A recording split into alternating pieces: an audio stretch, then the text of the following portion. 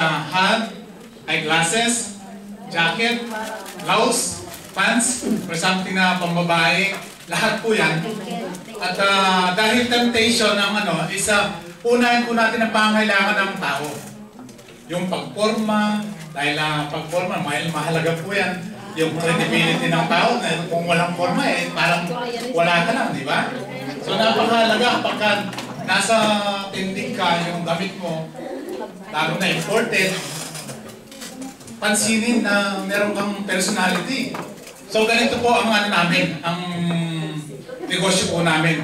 Yung kagandahan, yung kagwapuhan, makikita kagad sa mga pananamit, pagsuot. So makikita po natin dito na yung babae lumalakad. Yun po ang natin sa programa, yung may aso siyang bitbit, pero ang damdamin niya nandoon sa ito po, hindi po pusa yan.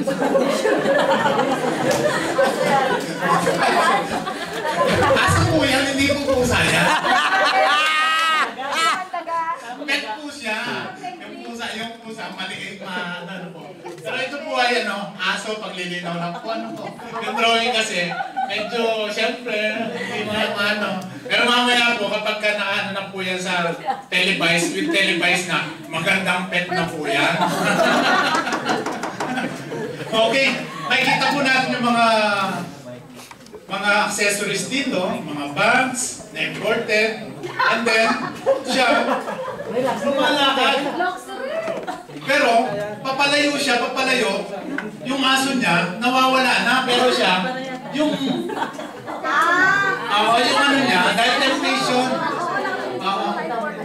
So pagka yung naman neto, yung lips naman neto, lips niya yan, Brooklyn Shield.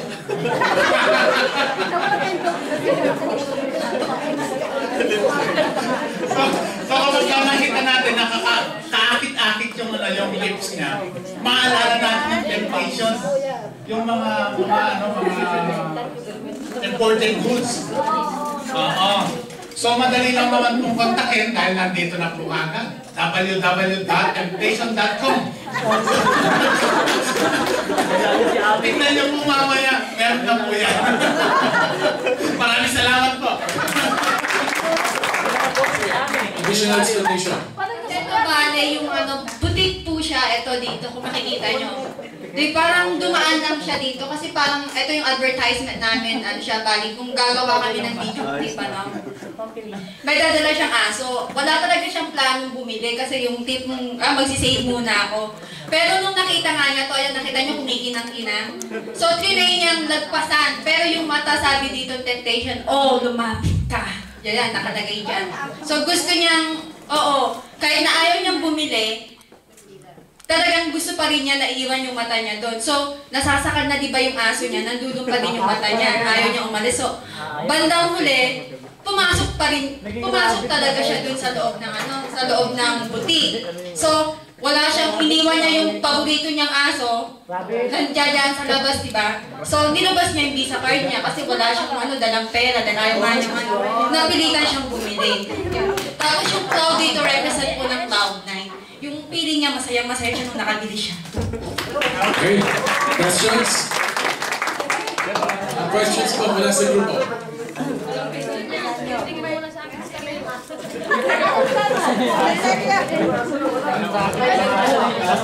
Question. Question. Kasi yung, sir, so yung temptation. Halimbawa pag may asawa yung tao. Temptation. Kasi, di ba mostly naman sa may kaganon ka. Paglalakad ka, kasama mo yung asawa mo. Kasi mostly naman sa halimbawa, okay lang yung open-minded na mga tao. Halimbawa yung mga, alam mo na yung mga committed yung isip. Pag nakita yung temptation, tapos gaganon yung makagisip pa lang sa temptation na title. Ay, yung naman doon? Anong klase Kasi kung makikita nyo nga po, sir, yung temptation.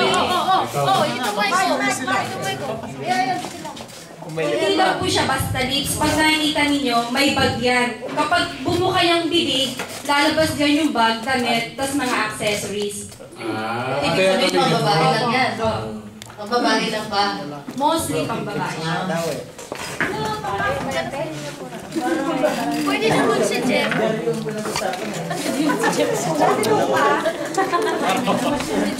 Sige, salita.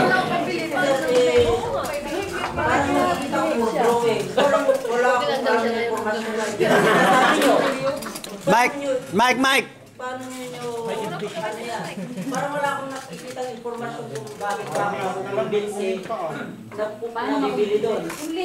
Yung slow. Yung bakit ang pinapakita po namin na kahit ayaw niyang bumili, mapapabili siya.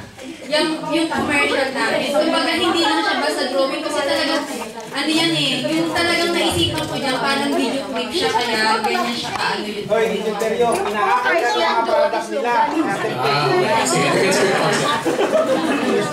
Tanong pa po mula sa body. Tanong pa. Okay. So, eto, comments din lang. Tingnan natin, baka meron pang paraan para ma-improve, ano? After nito, meron pang isang grupo na lang. Okay? Hindi pa naman kayo maaalis dito. Wala pa papasok dyan para... Wala naman, sir. Wala naman. Okay, pasok kayo. Tapusin na natin to, ha? Para dito sa advertisement na to, ang na-mention mo na ang idea mo is a video clip. For a one-page magazine, ito ngayon yung tanong niya, baka masyadong cluttered. Baka masyado ng maraming imagery. So, for a one-page magazine, a one-page advertisement sa isang magazine o sa isang newspaper, maganda dito, sa clip na to, pumili ka ngayon ng isa, doon ka ngayon magko-concentrate. So, halimbawa, pwede mong piliin ito, pwede mong makita dito yung babae, bumibili siya ng iba't ibang items, and then you can still make use of the dog. Pwede halimbawa na yung dog, kunwari, nagsha-shopping din ng mga dog shirts. Something like that. Some form of humor na pwede mo ring employ. Yung dog, halimbawa, tulad ng nagsha-shopping yung babae, yung dog nakatingin din sa isa pang dog na nagsha-shopping din siguro. Something like that. The point is, tama ito, temptation, at saka gumagamit siya ng website. But the problem may be, baka sobrang dami ng imagery for a one-page ad. Kung video clip, it makes sense. At pwede siyang maging funny sa video clip. Okay, so pipili kayo ng gusto yung main message, doon kayo mag-e-expound. Okay, and then, na-imagine ko na lang kung anong klaseng ibibili nyo dito sa temptation, dapat may focus din kayo dito sa merchandise. Okay? So, para makikita nyo ano ba yung binibenta niya. At bakit ba hindi mo siya mahihindingan. Okay, last group. OG. OG Bart. Ano to? Yung sa inyo. Pangangalan. Sa inyo, dali. Tayo. Yung distilled water, OG Bart. Distilled water, tama.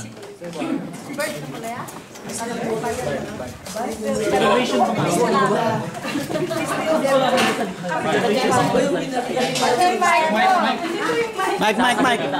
Pasaw. Para sa mga comment. Yung sa amin, distilled water.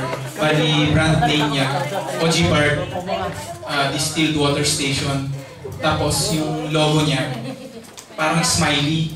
Smiley na may smile. Tapos yung pangalan ng OG, nakalagay dun sa may loob nung smiley.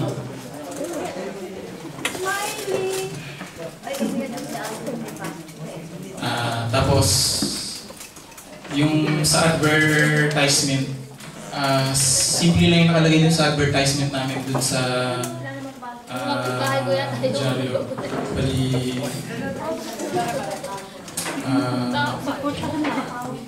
nagsulat dito, we can't just sell water, but our health benefits. our water, So, sinasabi niya, hindi yung water, pati health. our water undergoes 7 stages of purifying water. OG Bart distilled water station is not just selling water, but giving you a healthy living life. Bali yung 7 stages ng purifying water namin. Number 1, sanitation. Number 2, disinfection. Number 3, water purification. Number 4, portable water purification. Number 5, SSOP, sanitation, standard operating procedure. Number 6, water treatment. Yung pinaka-last, ultraviolet germicidal irradiation.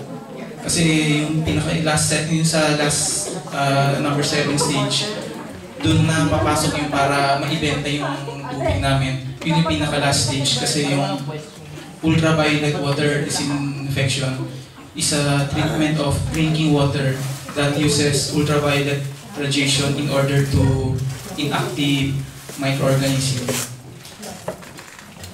Okay? So, questions mula sa grupo.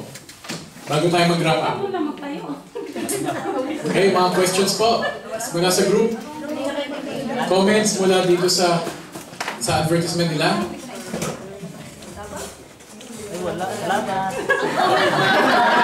No comment. No comment. Lord na, may tanong ka? Ano? Ang comment ko lang doon yung nag-i-explain parang walang lakas eh. Paano ako bibili kung walang kabuhay-buhay yung advertisement mo? Okay. So, dapat energy pa. Oh, sige.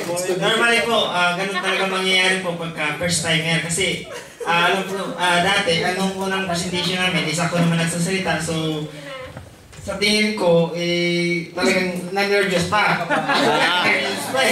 So, ganito po yan.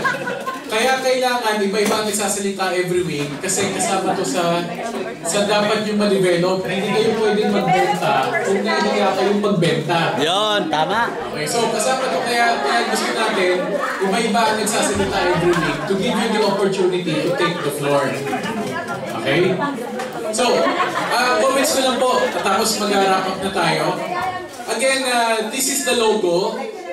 But for a one-page advertisement, the logo should not be the main focus. The focus should be the message.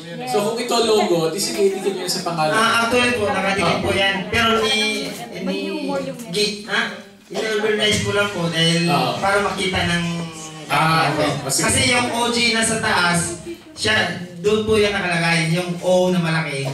Doon po yan nakalagay. Ito. Okay. Ito si OG. Yun po. Okay. Tapos, ano ngayon ang imagery ninyo sa body? Smiley po, ibig sabihin, nakakatulong po sa ating health benefits. Ibig sabihin, wala siyang komplikasyon. It compares sa mga soft drinks. See, itong ginamit ninyo, we just don't sell water, meron kayong health benefits. We can work on this para mas catchy siya. Halimbawa, you want to focus on health eh.